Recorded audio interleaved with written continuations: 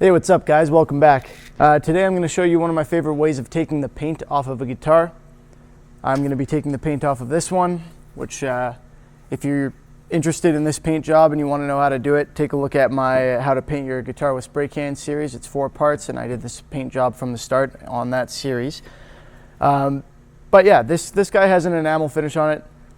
The technique that I'm going to use, there are a bunch of different ways for taking paint off your guitar. You can use paint stripper. A lot of people like using that. It's fast. You can use just sandpaper or scrape the paint off. A little bit slower, but you have a lot of control over it. It's fairly safe, if you will. And you can use heat, which is what I'm going to be using on this one. This technique tends to work.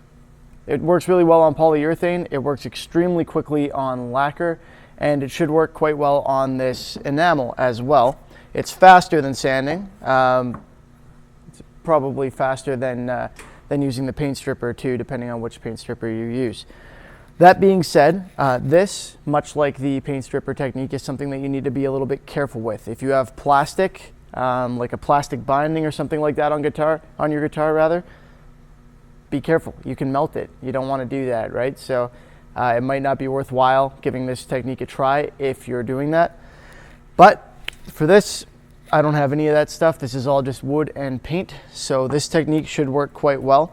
What we're going to do is we're going to start around the edges and try and get an area to lift, and then just kind of keep pushing and try and blow some of this off of here.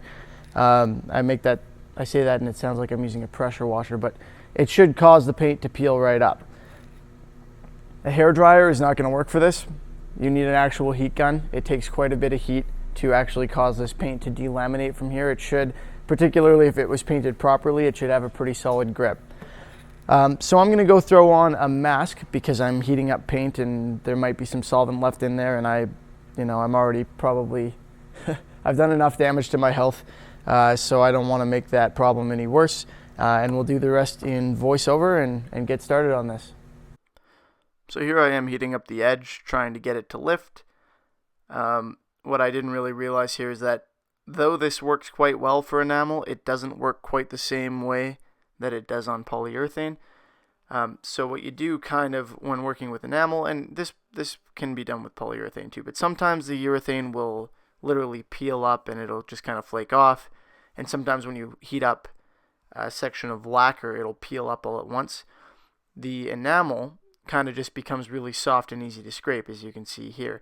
So the most efficient way to do this, and I kind of get better at it as I go, but the most efficient way to do this here is to keep the area in front of your putty knife hot and just kind of make it so that it's melting as you push. So keep the gun in front of your knife, go nice and slow, and you can scrape off an entire section at once. I like to keep the gun about 3 inches away from the surface when I'm doing this now.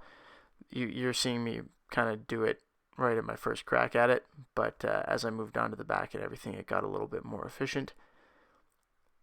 And you can already kind of see me starting to develop that technique. So this works quite well. It's very quick. What you're seeing here is real time. It's not sped up at all. So yeah, it's a very efficient process. And if you use your putty knife, just make sure you don't have an obscenely sharp putty knife so that you're not gouging into the surface of the wood. Some heat guns come with things to disperse the heat as well. You can even use them as a scraper in some circumstances. Just be careful that you're not burning the wood. As soon as the paint starts to bubble, you're good to go. You can start scraping. So here I am taking off the last of the main paint on the front. This part's sped up to 2 times, but this only took a few minutes to do the entire front of the guitar. The sides are a little bit harder, but the front and back, very fast. Alright guys, so you saw how fast that material was coming off of there, and it's done a pretty good job. Alright, there's still some areas that need a little bit of touch up. You can see particularly down in here, it's very hard to get the heat gun into those horns and stuff.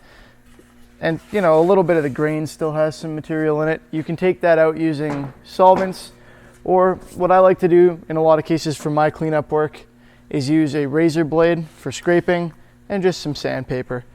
Because when it comes to this, the areas that that are hard to get the heat gun into. In a lot of cases, it's pretty easy to just scrape them with a razor blade.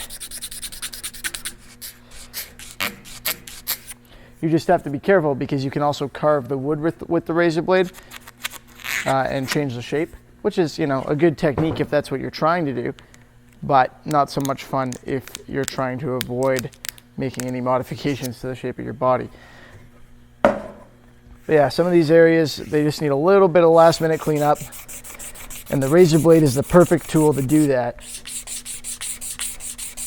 And it leaves you with a very, very smooth finish. The alternative, of course, being that you can go over it with some sandpaper.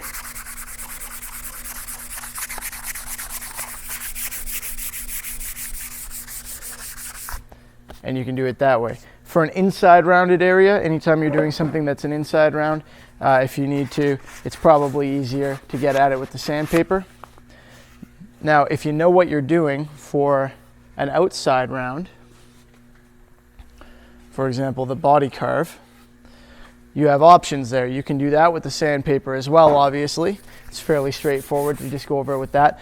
But if you're careful and you know what you're doing, it's actually faster, in my opinion, to take the razor blade to it, as long as you're careful to keep it moving properly and not create any flat spots. Now again, there is that danger of creating flat spots, so be careful. But if you don't pay attention when you're sanding, you also have the potential to do that. So regardless of what you're doing, really, it's just a matter of being a little bit careful about it when you get to the stage where you're abrading stuff.